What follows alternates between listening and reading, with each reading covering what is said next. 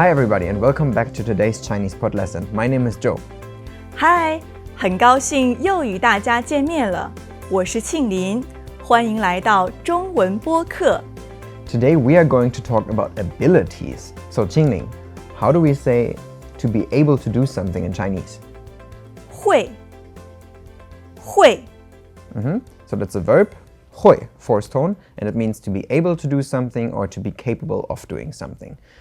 And the dialogue is about cooking. How do we say cooking in Chinese?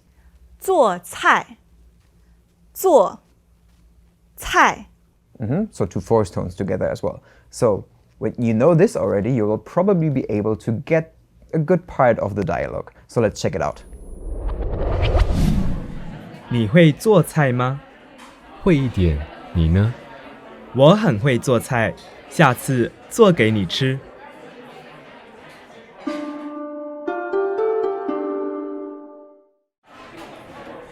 你会做菜吗？会一点，你呢？我很会做菜，下次做给你吃。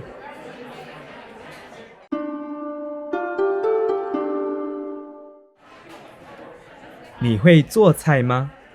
会一点，你呢？我很会做菜，下次做给你吃。After listening to this dialogue, let's break it down line by line.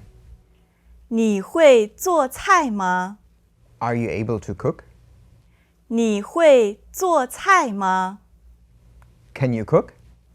你会做菜吗？会一点，你呢？ A bit. And you? 会一点，你呢？ A bit. And you? 会一点，你呢？我很会做菜，下次做给你吃。I'm very good at cooking. I'll cook for you next time.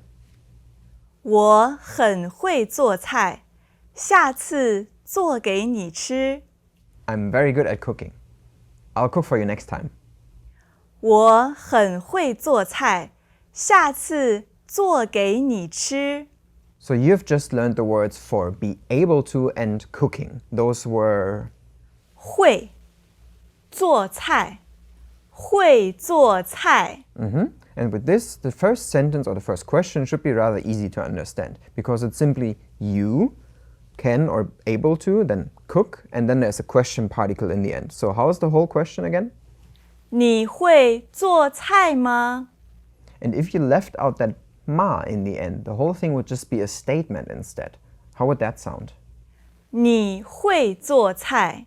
So this would just be you can cook. Not a question, just a statement. Okay, let's talk about the 会 here a little bit more in detail.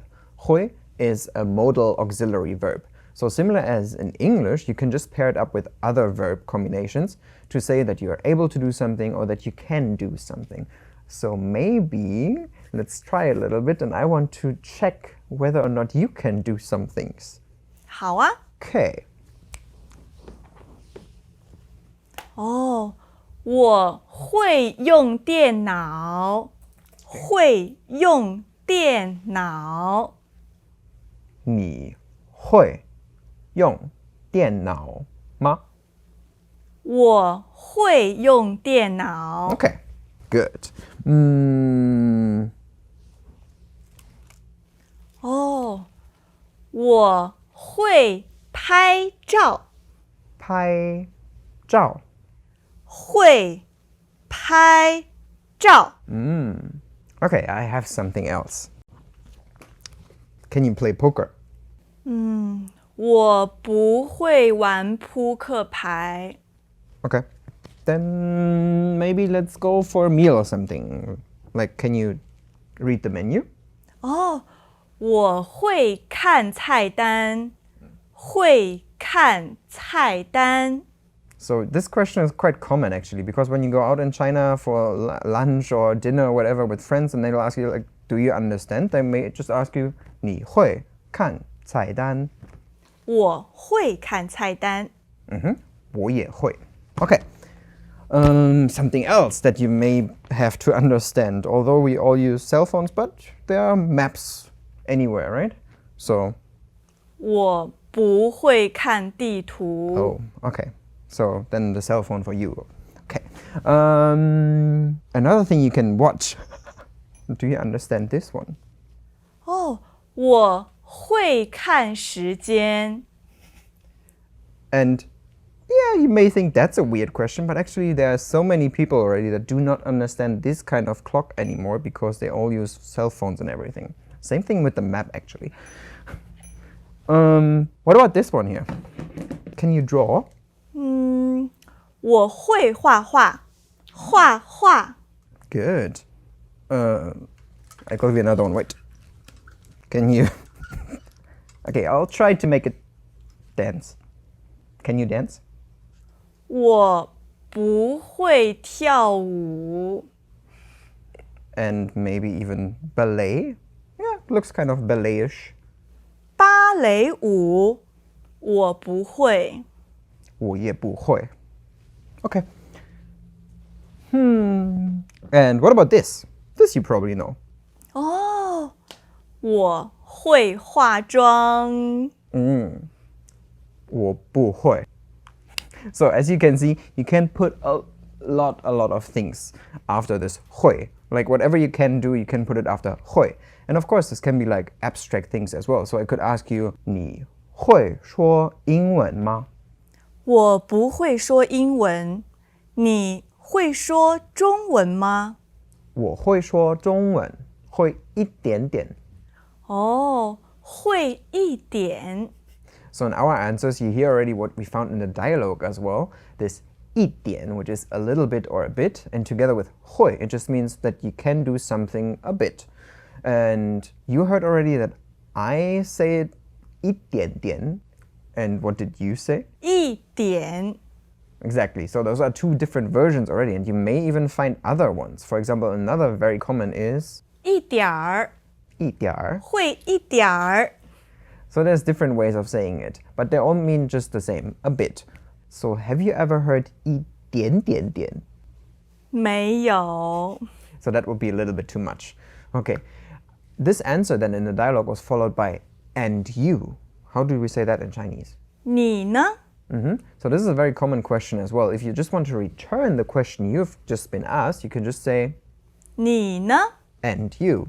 Okay, so I could, for example, say 你会跳舞吗?会一点点。你呢？我很会. 哇哦！ Like I'm very good at it. And this was the answer in the next part of the dialogue as well. 我很会.我很会。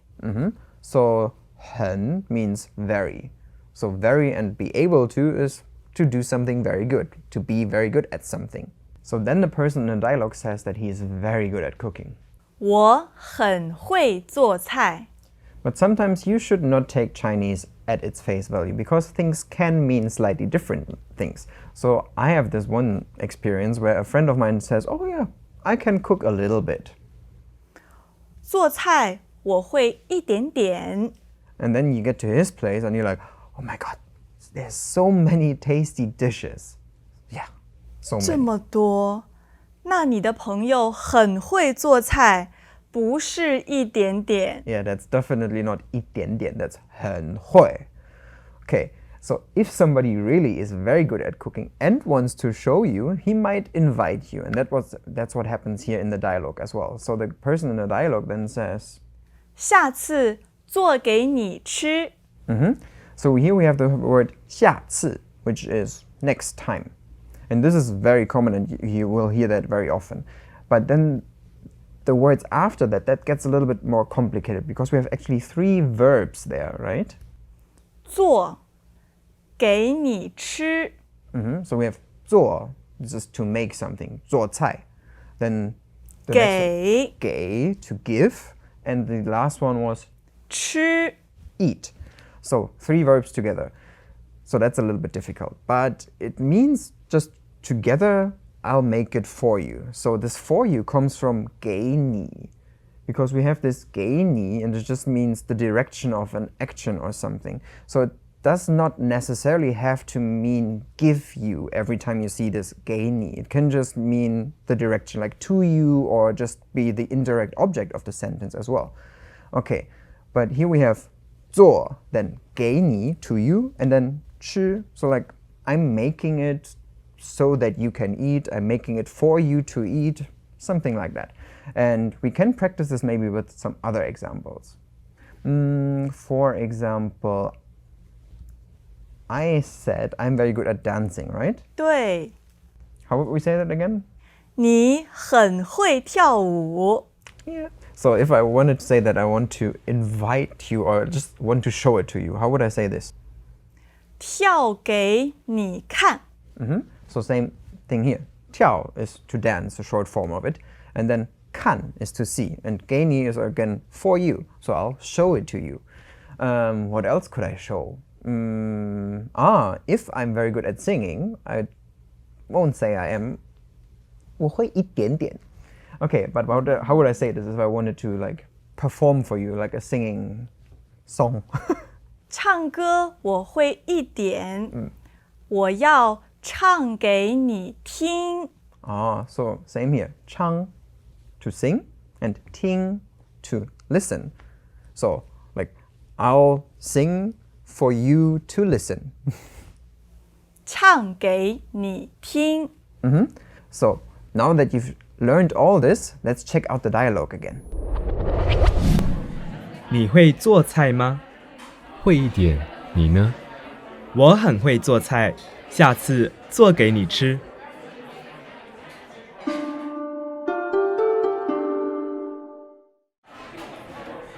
你会做菜吗？会一点，你呢？我很会做菜，下次做给你吃。